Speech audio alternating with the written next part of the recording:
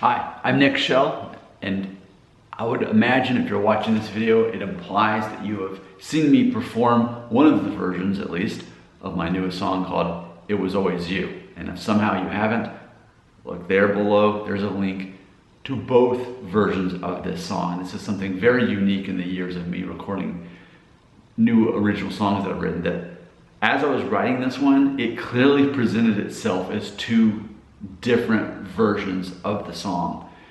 And it's funny because when I'm writing songs, sometimes I'll start out with writing power chords and it sounds almost more like a rock song, and then actually it could do better with picking, a little bit of strumming. And some of the songs I've done this year have kind of done that. They've sort of evolved in the 3 minutes where they kind of grow into that.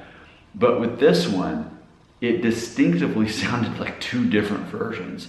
So I have done what I call the somber version and as well as the sunny version. The sunny version sounding more upbeat, it's how I strum it, and it's in a different key.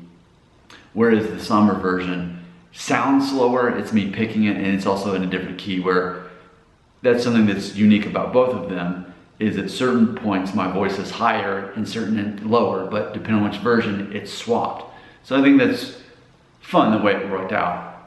And even though the tempo is arguably the exact same, it sounds almost slower in the somber version, even though really it's not. You can look at how long the songs are, they're virtually the same.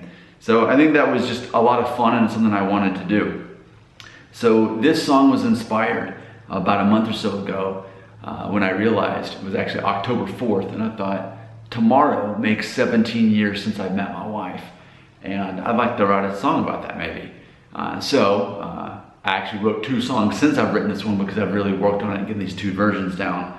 But I simply wanted to write a song about what that looks like in 17 years after meeting the person who I eventually married. And I have been married for over 15 years, and this week our son turns 13. So it's like, okay, well there's a lot that happens in 17 years from the moment you meet a person.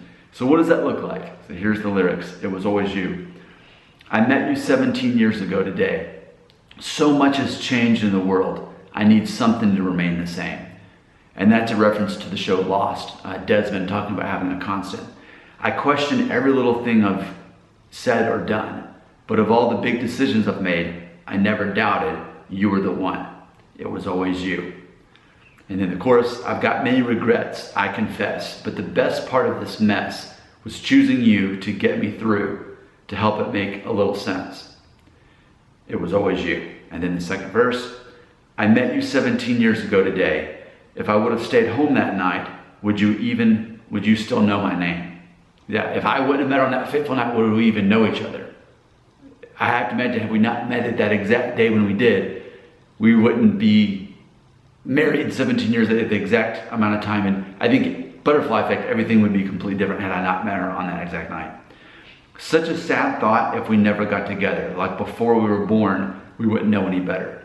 And I think that's just an interesting thought. Like, obviously we have no consciousness before we were born. We don't remember. My memory started in 1983, 40 years ago when I was 2. But I don't remember anything, especially before I was born, because I didn't exist. And so I think it's interesting to imagine, had I never met her, if I never met her on that exact day, then not only would we not know each other, but we wouldn't know any different in theory. And I just think that's interesting. I think it's fascinating. I think it's sad. And that's something that as I've been working on it the last month or so, I wanted to explore this concept of it's optimistic and it's also sad at the same time. And I wanted that to show up in basically both versions of the song, which I feel that it does. Whether it sounds bright or whether it sounds melancholy, that there's still this balance of hope and sadness in the same song, even though it's about something positive. So this has been a unique experience. I'd love for you to check out both versions, and hey, if you really want to be involved, you could leave a comment below, tell me which version that you liked better, whether it was the what I'm calling the somber version, which is me picking it, or the sunny version, which is me strumming it. Thanks for watching, and again, the link to watch the song is below, both versions.